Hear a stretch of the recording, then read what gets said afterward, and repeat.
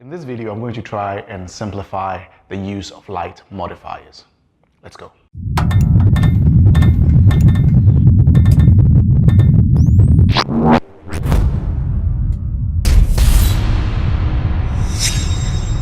Hi, I'm Livingston and welcome to The Good Light. Today, I'm going to take you through the use of light modifiers. Light modifiers can be very tricky to use. Sometimes you don't know what to use, what to get, and all that stuff. I'll try and simplify that for you in a very short video for you today. So let's begin. Now, when you talk about light modifiers, think of them as how you want to shape your light, how you want the light to look like.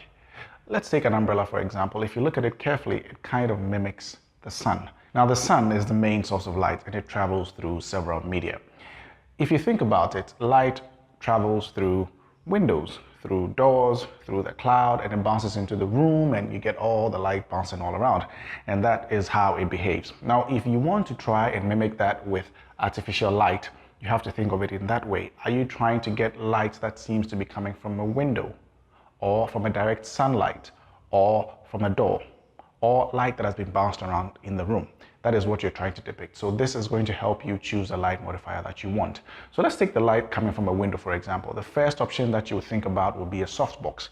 It's square or rectangular, and it looks like a window. If you use this to light your subject, you get the light that seems to be coming up from a window. With that said, that should help you choose a softbox over an umbrella.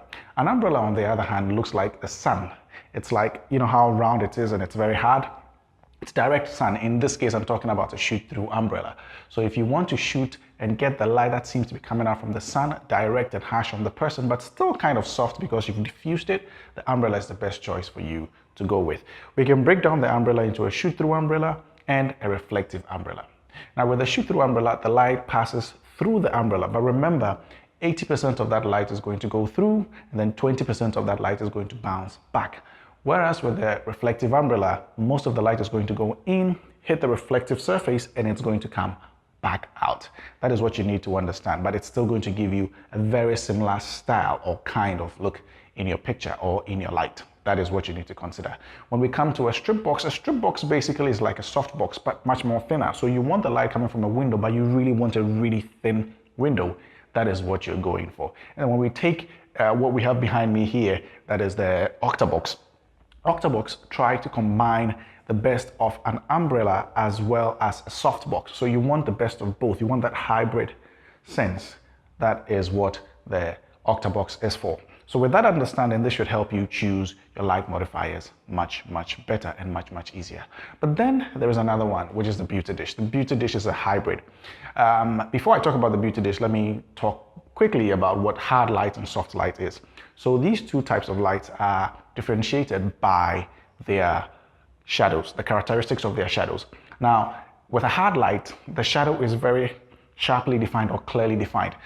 Here I have my aperture light on me, and it's giving me some sort of hard light, I'm assuming, but I'm bouncing the light, so it has a bit of soft light to it as well. So the shadows may be defined a little bit on my nose, but it's not so defined.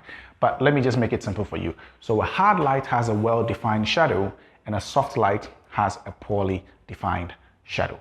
Now, with that said, a beauty dish, what it does is that the central part of a beauty dish, because there's a disc inside there, it blocks off the hard light and makes it soft in the middle, but then the edge of the beauty dish gives a hard light. So what it does is that the edges of your subject are going to be very well defined, and then the central part, which is the skin, is going to be soft. So it balances the best of both worlds, hard light and soft light. That is what makes a beauty dish very special.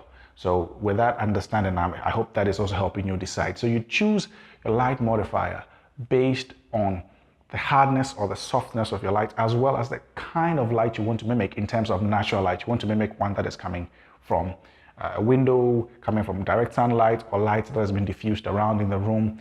That is the major idea. But with all that said, the main thing about light modifier is that we need to control light. We want to have control over the light. The very same way we bought a DSLR, because we want to be able to control the parameters of the exposure triangle. We don't want to put it in the auto mode. In the very same way, you buy all these light modifiers because you want to control your light to a certain degree. So based on how much you want to limit or expand your light, you buy and use the right light modifier. I hope that helps you, and I hope it simplifies everything for you. So that's it. If you have any questions, leave it in the comment section below, and I'll be sure to respond to you. Now, as a bonus to my viewers, if you want me to talk about a specific light modifier, let me know and I'll sure to do that. We can talk about grades as well, we can talk about gobos, we can talk about snoots and all that stuff. So any questions that you have and any requests that you have, let me know. At first, my lighting used to look like this, but now my lighting looks like good. And that's thanks to Aputure. And thank you very much, Shikakope. I hope I said the name right, for letting me have this.